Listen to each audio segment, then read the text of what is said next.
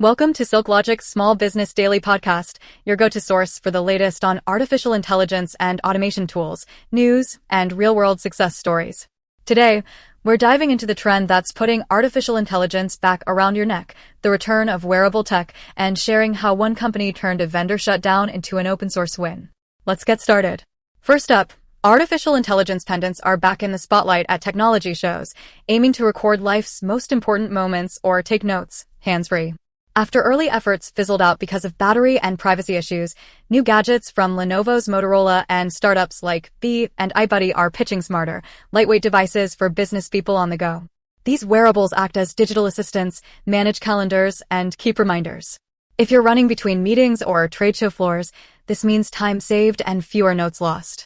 The biggest business lesson here, as artificial intelligence devices become more practical and varied, think rings, pins, and even smart glasses. There are now more options to help small businesses automate everyday tasks and keep track of their most valuable resource, information. Next, let's talk about a story that every small tech business should listen to. The company Deductive was using Datadog, a leader in performance and monitoring tools, when suddenly, their access was shut off. At first, this looked like a disaster. They lost real-time visibility into their production systems. But here's the hook. Instead of waiting and worrying, they used this crisis as a chance to break away from expensive, single-vendor tools.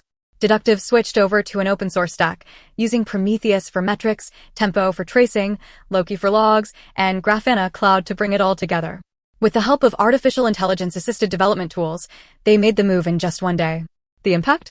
Their new system was not only fully restored, but much cheaper, and they aren't locked in anymore. The big takeaway, even deep vendor lock-in can be overcome, and artificial intelligence development tools are shrinking the time and risk involved in switching to open solutions. This means small businesses have more negotiating power and flexibility than ever before. On the topic of automation and safety, artificial intelligence-powered toys at the Consumer Electronics Show are showing both the promise and risks of generative technology. Some smart toys, like Folotoy's teddy bear, needed a rapid upgrade after reports surfaced of them answering with inappropriate advice during testing. Toy companies are now doubling down on safe, child-friendly artificial intelligence by switching to new models and adding parental controls. The lesson for business? No matter your field, when adopting artificial intelligence tools, especially customer-facing ones, make sure they have built-in safety checks and allow user control. Reputation and trust are just as important as innovation. Shifting gears to autonomous vehicles, NVIDIA's chief Jensen Huang is taking aim at powering the brains behind self-driving cars, promising big strides forward with their Alpamayo open-source artificial intelligence model for car autonomy.